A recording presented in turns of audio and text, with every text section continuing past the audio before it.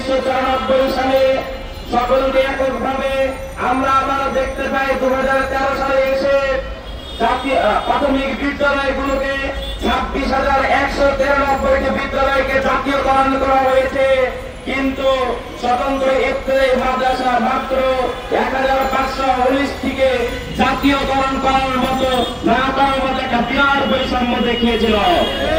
আমরা তো ভেবেছি এই সরকার ফ্যাসিস্ট সরকার ছিল, যারা মাদ্রাসা শিক্ষা ব্যবস্থাকে ভয় পেত, যারা মনে করত মাদ্রাসা শিক্ষা ব্যবস্থাতে একজন শিক্ষার্থী গড়ে উঠবে নৈতিকতা সমৃদ্ধ, যারা যে কোনো ধরনের ফ্যাসিবাদের বিরুদ্ধে আন্দোলন গড়ে তুলবে। এই আন্দোলনকে দেখে তারা ভয় পাওয়ার কারণে ওটা মাদ্রাসার শিক্ষা ব্যবস্থাকে কণ্ঠাসা করার জন্য এই মূল নকশা এঁকেছিল।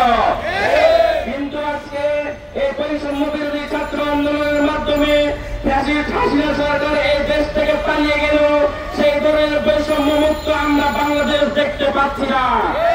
আজকে আমাদের শিক্ষক মন্ডলী যারা শিক্ষার্থীদেরকে দীর্ঘদিন থেকে এই দেশকে গড়ার জন্য, একটি নৈতিকতা সমৃদ্ধি জাতি করার জন্য দিনের পর দিন সময় দিয়ে যাচ্ছেন, শিক্ষার্থীদেরকে তুলে ধরছেন, একদম নৈতিকতা সম্পন্ন শিক্ষার্থী গড়ে তুলে বাংলাদেশের সর্বোচ্চ পর্যায়ে পৌঁছানোর চেষ্টা করছেন।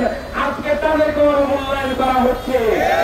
আজকে বলা হচ্ছিল জঙ্গিবাদের কায়েম করা মাদ্রাসা, কিন্তু আমরা বিগত বছরগুলোতে দেখেছি ইংলিশ মিডিয়াম থেকে পড়ালেখা করে তারা আইএসের উৎখাত ঘটেছে। কিন্তু আপনি প্রমাণ করতে পারবেন না যে মাদ্রাসা শিক্ষা ব্যবস্থায় শিক্ষার্থীরা পড়ালেখা করে সেখানে জঙ্গিবাদের উত্থান ঘটেছে।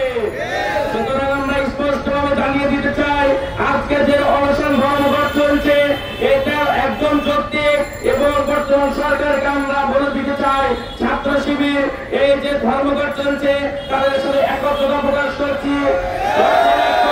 লক্ষ লক্ষ কোটি টাকার বাজেট আছে, যদি দেশের উন্নয়ন করতে হয়, যদি দেশের সংস্কারকে আগিয়ে নিতে হয়, যদি একটা আমরা উন্নত রাষ্ট্র গঠন করতে চাই, তাহলে আমাদের সর্বাগ্রে এই শিক্ষা ব্যবস্থার সংস্কারে হাত দিতে হবে। আমাদের যদি শিক্ষা ব্যবস্থার সংস্কারে হাত না দেয় তাহলে এই দেশের সংস্কার শুরু হয়েছে বলে জাতি মেনে নেবে না। আমরা চাই আবারও সেই জাতিকে এই মাঠে নামায়েন না। আপনারা দেখুন দেশের উন্নতির জন্য কোনটা প্রয়োজন, কোন খাতে সর্বাগে অগ্রাধিকার দেওয়া প্রয়োজন, আপনারা সেই জায়গাগুলোর সংস্কার শুরু করুন। এতদিন থেকে যারা পরিশ্রমের শিকার হয়েছে তাদেরকে আপনারা মূল্যায়ন করুন, বরঞ্চ তাদের থেকে প্রাথমিক শিক্ষা ব্যবস্থায় যে জাতীয়করণ করা হয়েছে, দীর্ঘদিন থেকে তারা যে সুবিধা পেয়েছে, ইনারা যে বঞ্চিত হয়েছে তাদেরকে তাকে দ্বিগুণ বানিয়ে দেওয়া উচিত বলে মনে করে। সুতরাং সরকারের প্রতি আবেদন জানাতে চাই, আমরা দেশবাসী বড় আশা নিয়ে আপনাদেরকে সেখানে বসিয়েছি, খুব বড় আশা নিয়ে বসিয়েছিলাম। এই দেশে আর রাহাজানি হবে না, খুন হবে না, সন্ত্রাস হবে না, দুর্নীতি হবে না, মাদক মুক্ত একটি দেশ, একটি উন্নয়নশীল দেশ, আমরা একটি স্বনির্ভর দেশ হতে চাই। সেই আশা স্বপ্ন নিয়ে আপনাদেরকে বসিয়েছিলাম। যদি এর বিপরীতটা ঘটে তাহলে এই জেনজি জাতি শুধু মাদ্রাসার শিক্ষকদের শিক্ষার্থীদের জানতে হবে না, এই জেনজি জাতি দেখিয়ে দিয়েছে কিভাবে সকল বৈষম্যকে রোধ করা হয়।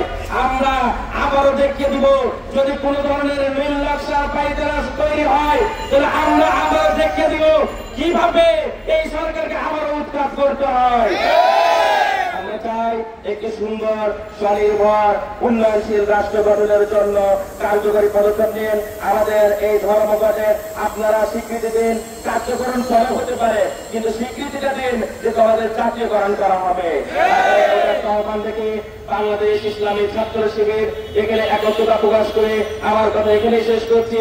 আলহামদুলিল্লাহ রাব্বিল আলামিন। আসসালামু আলাইকুম ওয়া রাহমাতুল্লাহি ওয়া বারাকাতুহু।